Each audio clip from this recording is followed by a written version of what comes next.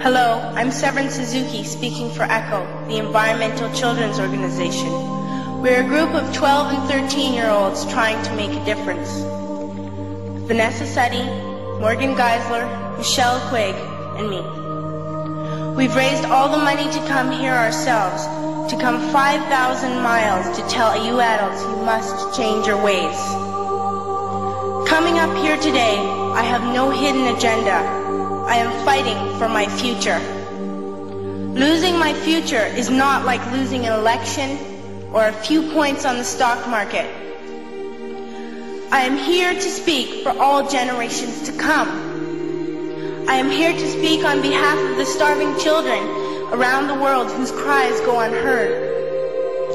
I am here to speak for the countless animals dying across this planet because they have nowhere left to go. I am afraid to go out in the sun now because of the holes in our ozone. I am afraid to breathe the air because I don't know what chemicals are in it. I used to go fishing in Vancouver, my home, with my dad, until just a few years ago we found the fish full of cancers. And now we hear of animals and plants going extinct, every day vanishing forever. In my life, I have dreamt of seeing the great herds of wild animals, jungles and rainforests, full of birds and butterflies. But now I wonder if they will even exist for my children to see. Did you have to worry of these things when you were my age? All this is happening before our eyes, and yet we act as if we have all the time we want and all the solutions. I'm only a child and I don't have all the solutions. But I want you to realize neither do you. You don't know how to fix the holes in our ozone layer. You don't know how to bring the salmon back up a dead stream. You don't know how to bring back an animal now extinct. And you can't bring back the forest that once grew where there is now a desert. If you don't know how to fix it, please stop breaking it.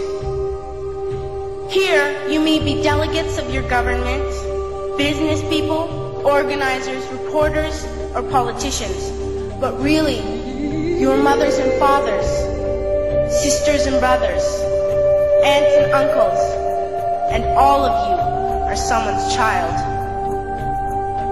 I'm only a child, yet I know we are all part of a family, 5 billion strong, in fact, 30 million species strong. And borders and governments will never change that.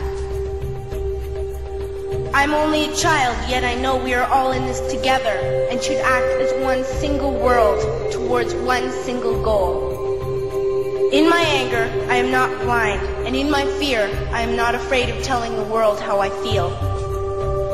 In my country, we make so much waste. We buy and throw away, and yet northern countries will not share with the needy. Even when we have more than enough, we are afraid to share. We are afraid to let go of some of our wealth.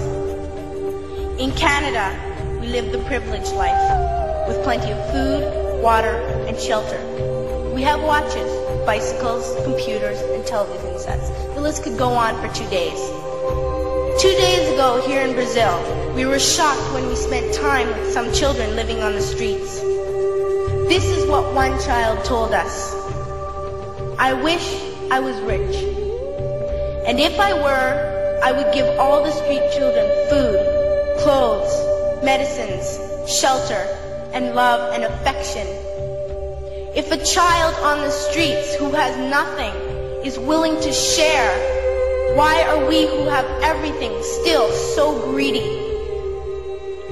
I can't stop thinking that these are children my own age, that it makes a tremendous difference where you are born. That I could be one of those children living in the favelas of Rio. I could be a child starving in Somalia, or a victim of war in the Middle East, or a beggar in India. I am only a child, yet I know if all the money spent on war was spent on finding environmental answers, ending poverty, and finding treaties, what a wonderful place this earth would be. At school, even in kindergarten, you teach us how to behave in the world. You teach us not to fight with others, to work things out, to respect others, to clean up our mess, not to hurt other creatures, to share, not be greedy. Then why do you go out and do the things you tell us not to do? Do not forget why you are attending these conferences, who you're doing this for. We are your own children. You are deciding what kind of world we are growing up in. Parents should be able to comfort their children by saying, everything's going to be all right. It's not the end of the world, and we're doing the best we can. But I don't think you can say that to us anymore. Are we even on your list of priorities?